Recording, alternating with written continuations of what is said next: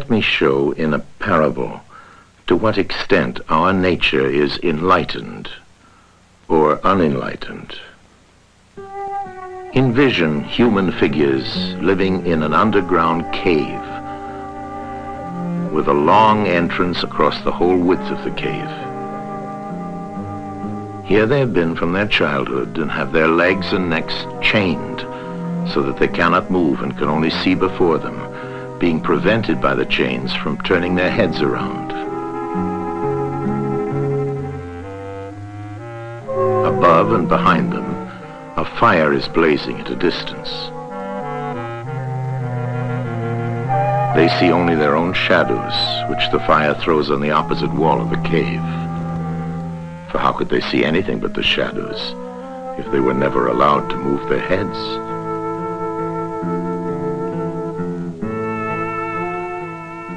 Between the fire and the prisoners, there is a raised way and a low wall built along the way like the screen which puppet players have in front of them, over which they show the puppets.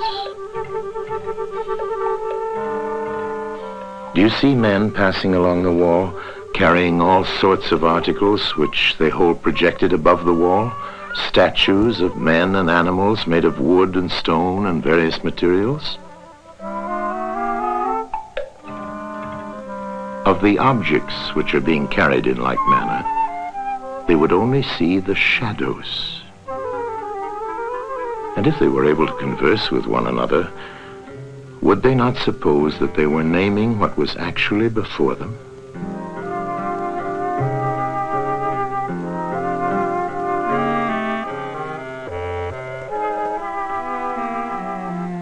And suppose further that there was an echo which came from the wall.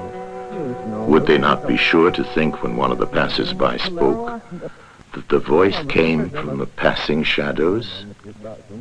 To them, the truth would be literally nothing but the shadows of the images. And now look again and see what will naturally follow if one of the prisoners is released. At first, when he is liberated and compelled suddenly to stand up and turn his head round and look towards the light, all this would hurt him, and he would be much too dazzled to see distinctly those things whose shadows he had seen before. And then conceive someone saying to him that what he saw before was an illusion, but that now, when he is approaching nearer to reality and his eyes turn toward more real existence, he has a clearer vision. What will be his reply? And you may further imagine that his instructor is pointing to the objects as they pass and requiring him to name them. Will he not be perplexed? Will he not think that the shadows which he formerly saw are truer than the objects which are now shown to him? And suppose once more that he is reluctantly dragged up a steep and rugged ascent and held fast until he is forced into the presence of the sun himself. When he approaches the light, his eyes will be dazzled, and he will not be able to see anything at all of what are now called realities. He will require to grow accustomed to the sight of the upper world.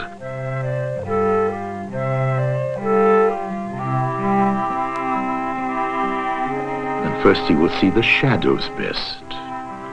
Next, the reflections of objects in the water, and then the objects themselves.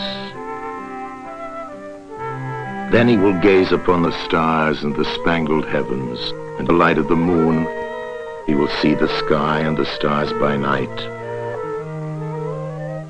Last of all, he will be able to see the sun, and not mere reflections of it in the water, but he will see the sun in its own proper place and not in another.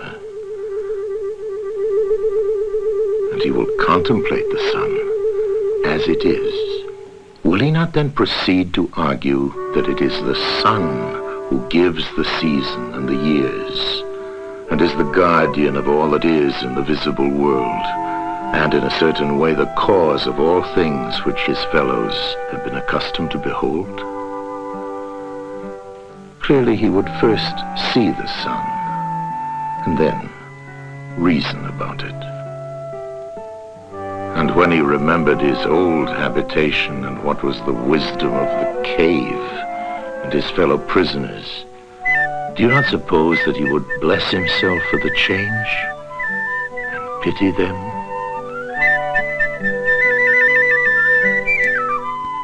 And if they were in the habit of conferring honors among themselves on those who were the quickest to observe the passing shadows, and to remark which of them went before and which followed after, and which were together, and who were therefore best able to draw conclusions as to the future,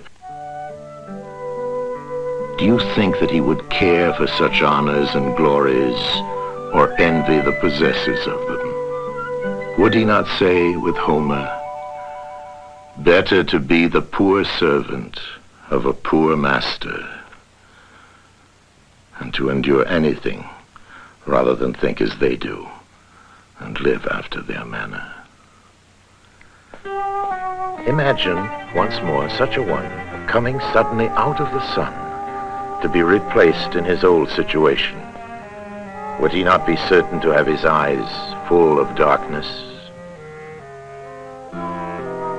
And if there were a contest of measuring the shadows, and he had to compete with the prisoners who had never moved out of the den, while his sight was still weak, and before his eyes had become steady, wouldn't they all laugh at him and say he had spoiled his eyesight by going up there, and that it was better not to even think of ascending?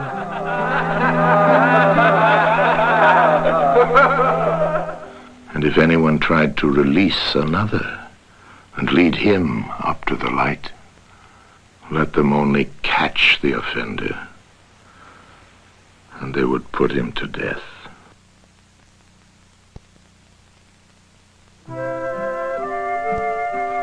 It is the task of the enlightened not only to ascend to learning and to see the good, but to be willing to descend again to those prisoners and to share their troubles and their honors, whether they are worth having or not. And this they must do, even with the prospect of death. They shall give of their help to one another, wherever each class is able to help the community.